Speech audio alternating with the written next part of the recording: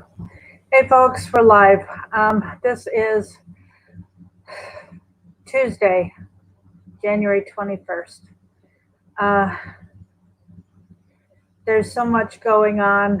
We can talk about a little bit of it. We're going to have a very short program, and I want as many of you as possible to get on the conference call with me. I forgot to turn off my volume here. I've got some things to tell whoever comes on the conference call. We've got a first of all, thank God that yesterday the folks in Virginia were safe. I heard Dave Dovenmeyer this morning talking about, he was there, and I saw his live broadcasts throughout the day from Virginia, from Richmond, and one of the things they said, there were 7 buses of Antifa that pulled into town on Sunday. Now the question is, was that even the truth, or was that just a lie to tell people to be scared? They put up those fences. They were telling people it was going to be a kill zone, that there were going to be snipers up on the top of buildings pointing down at them. The police, I understand, were just watching. Nobody got hurt. Do you know that I think everybody got an orange sticker who came, and I think the stickers said "Guns Save Lives." Everybody was passed out at the end. They passed out trash bags, and everybody cleaned up at the end of the event. Before they closed up early because the speakers were all done, and they passed out trash bags. And people's stickers fell off, in the cold, the stickiness disintegrated, and they were moving around. And so the stickers fell off their coats. People were scraping the stickers off the sidewalk to make sure that they left the place absolutely immaculate. And, we knew that the Antifa people were going to go dressed as Trump supporters, and there were supposedly going to be some dressed as Antifa, and they were going to engage, but that didn't happen. So, the state representative, female, who came on to Facebook yesterday and was saying, or Sunday, saying, you're going into a death zone, this is going to be so dangerous. What party was she in? Whose side was she on? And what news did she have that she was putting out that scary information? I saw somebody on Facebook who said they were driving from New York State. They were hoping they had room for 4 people to join them. They were wishing that somebody would call them and call him and ride with him. And he was, he said, look, if I give my life, I give my life, but this is important. We need to do this. So it was amazing to see the militia there with their fully weaponed. They had AR-15s there. They had a whole bunch of guns. Many of them had more than one gun. They could not go inside the fence with weapons, but the people filled in. They only had one way in and one way out, but they filled in the area around the Capitol building, and they did it, and they were safe. And there are people who are saying this was probably some kind of psyop, that they were watching. They want to know what kind of reaction, how many people would show up, how big is this thing, and what can they expect when they try to do it again in some other area or try to do it again there. How aggressive are we about not giving up our Second Amendment? They want to take away our Constitution, the Democrats do. And why people voted for Northam and Newt, whatever his name is, out in California, and the Democrat that won in Kentucky. A lot of these California people are going around and changing the makeup. And of course, Obama was letting in these illegals, or letting people in. He let in 1 million. The stat I saw yesterday was 1 million Muslims came in under Obama. I suspect it was a much higher number than that. Those are the ones that he's talking about. anyhow, they've been situated around in conservative areas to take over and to get their people into office. And they have enough people in big enough numbers in various groupings around our country that they have different stages. When they first come into an area, they're quiet, they're compliant. As their numbers get strong enough, they become more and more aggressive, and then the jihadis insist, and they either comply, or when they decide to start killing people who don't agree with them, then if you're a moderate Muslim, you're done. You have to go along or else. So, we've got a real problem in this country with our country being taken over. But what was shown yesterday to the nation and to the world, when we stand up, no, we don't need a bloody revolt, Nick. We don't need a bloody revolt. What we need is for people to make their voices heard. And that doesn't take any blood. So where's Larry? Let me go into what's happening with Larry. Give me a sec. I got to get his text message up.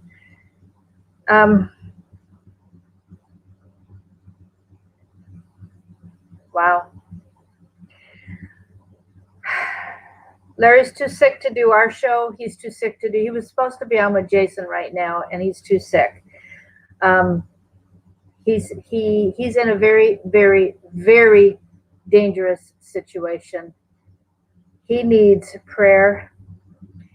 And Midwest,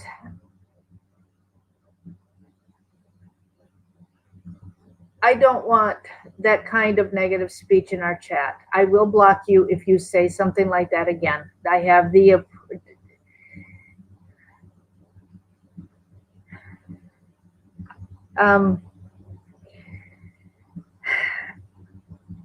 Larry can't walk across the room. They're trying to stop the damage that whatever's going on. Folks, he has pushed himself to his final breath with as hard as he's been working. So, Midwestern, please just listen and don't agitate, please.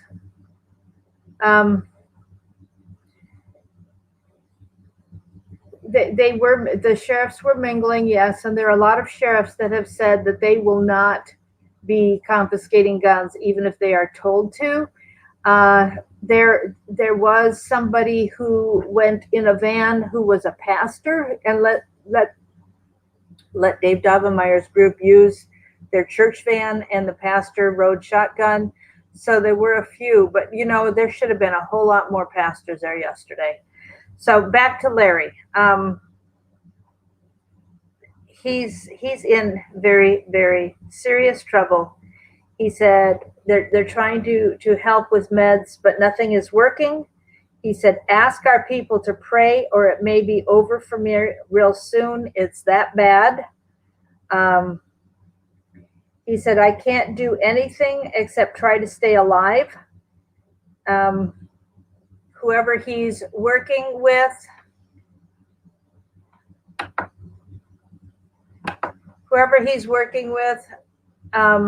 in DC is very upset that he's not available today.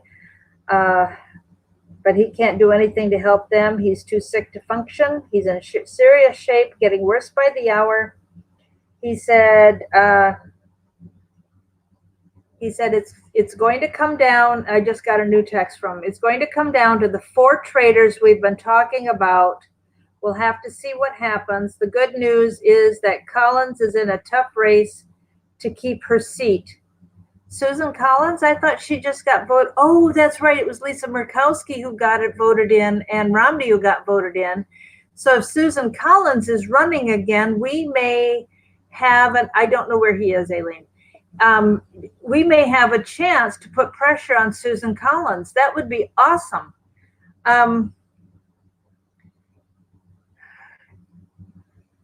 And he said he will give us marching orders tomorrow, depending on how things come out today.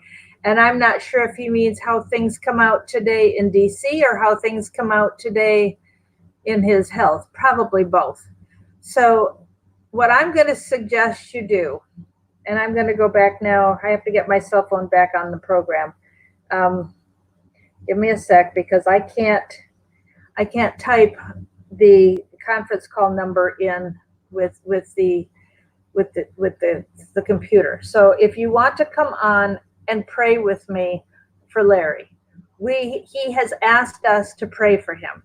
So this is, yes, they are calling it a cover up. I saw the tail end of Schiff's press conference. I saw the tail end of Schumer's press conference. I have had a lot going on today, so I haven't been able to do more than just see that much. I had people here when they started the hearing in the Senate. So please join us in prayer. If you want to actually join in person, I'm putting the phone number in. It's 712-451-0725. 0725. The access code is 492215#. As soon as we hang up here, I'm going to get on the conference call line, and anybody who would like to join me in prayer, do. Now, with Larry being as sick as he is, they're going to have to give him extra medication. He's going to need as much financial help as possible. I did hear, no, McConnell, I'm sure, has not pulled the plug yet, Leroy. I did hear Dave Hodges last night talking about Joe Biden going 3 times in 2014 to Ukraine and working deals with them, putting pressure on, quid pro quo, which he has even gone online and done interviews and admitted to quid pro quo, that they were not going, our country was not going to give $1 billion to Ukraine without the investigation being stopped about the corruption that was going on. And while he was there, according to Dave Hodges, while he was there doing these negotiations with Ukraine, that's when Hunter started getting his $50,000 to $80,000 per month straight out of college. I think he was straight out of college. I may be wrong on that, but no experience in the oil business. And yes, I understand Biden's brothers and Kerry's son and his stepson Heinz, Mitt Romney's son is involved in it. Pelosi's son may be involved in it. I know Pelosi's son, I think, is involved in some stuff in China as well. And then you've got, Dianne Feinstein with her chauffeur being Chinese, and Mitch McConnell's wife is, I understand, the daughter of a general, Chinese general, and so on. So it's the amount of graft going on is horrendous. Lamar Alexander is bowing out, so he can take a payoff to vote Trump out. And, but I don't know. This is just absolutely unbelievable, the corruption that is going on. Now, remember, God does not bring judgment on a country until the people know the corruption among the leaders. So this is a time to be very aware of your surroundings, be aware of what God is willing to send against us, and certainly be praying. And I will again mention Dr. Francis Miles and his book, Divine Restraining Order. You can find a discussion about that with Sid Ross, It's Supernatural program. I just watched it Sunday, I think it was. So it's something new. And anyhow, if we go off, if we get kicked, please remember, if we get kicked off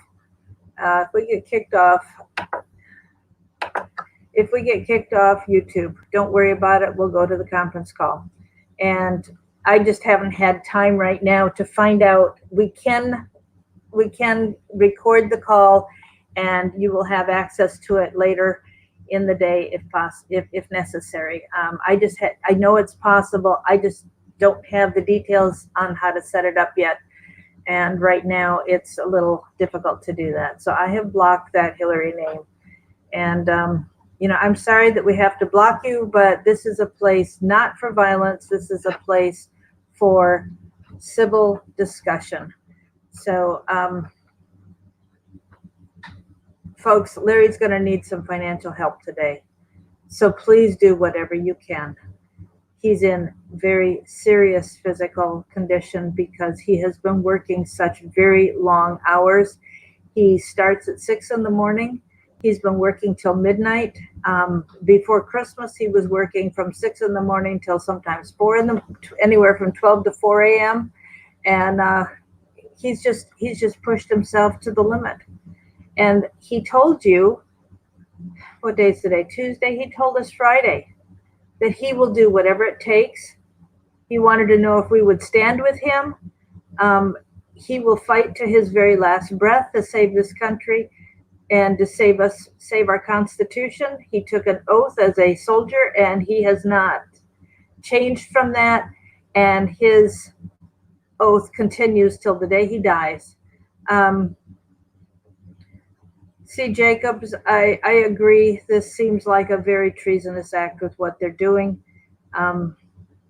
Anyhow, we have to deal with what the reality is, and we need to be prepared to start doing something tomorrow. And hopefully Larry is well enough to be able to at least watch and be on the sofa to watch what's going on. Anyhow, I'll tell you a little more if you come on the conference call, and make sure you announce yourself and let me know who's here. And so do I need to put the phone number in again? I'll do that real quick. 712-451-0725. And it's 492-215#. And so I'm going to close with that. Remember, folks, if you buy the Never Socialism bumper sticker, Larry gets all the money from that, except for the 50-cent postage stamp. Larry gets all the funds from 28 Years to Nowhere. I'm usually the one that mails them out, and so I pay for that myself, and so the book funds go to Larry. The t-shirt, we do need a couple more people to order the t-shirt so we can get that order in. It's the best quality fabric, the best quality ink. That's the front. Here's the back. You can get it without the Nichols Army if you want to. I'm proud to be part of Nichols Army. So that's it for today, folks. Thanks for being here. And if you do not or cannot join us for prayer on the conference call, then did the phone number even show up here on? I'm showing it here, but I'm not showing it in my chat here. Give me a sec. I hope you can still see what's going on. I'm going to go to my file, and I will be able to type it in. So, and Barb, if you're with us, I'm going to need you to tell me how to fight what they're trying to do. So there's the conference call number, and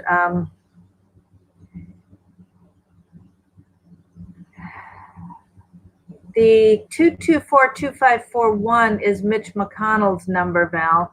The president's number, again, I can't put that in. It's 202-456-1111 is the president's line.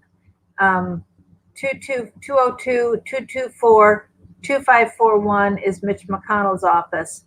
The president is 202-456-1111. Thank you, Mimi. Thank you for your husband's service. We are using free conference calls, C. Jacobs. So what you need to do, we don't have an app. What you do is you dial into the number 451-0725. If you don't see the live chat, the number is in the description box down below. When they ask you for an access code, you type in 492215#. It's not an app. So yeah, it just came up because I was able to cut and paste it from one of my Word docs. So that's it. I'm going to end, and I get on the conference call right now. If anybody wants to join me to pray for Larry, that would be awesome. Thank you very much. And we don't have any other conference call today. We don't normally do that on Tuesdays. So join us on the prayer line right now. Thanks. God bless you. We'll talk tomorrow, and hopefully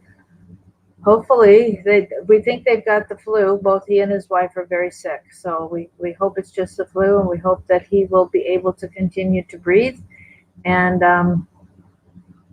be here tomorrow with us. So thanks. God bless you. Bye.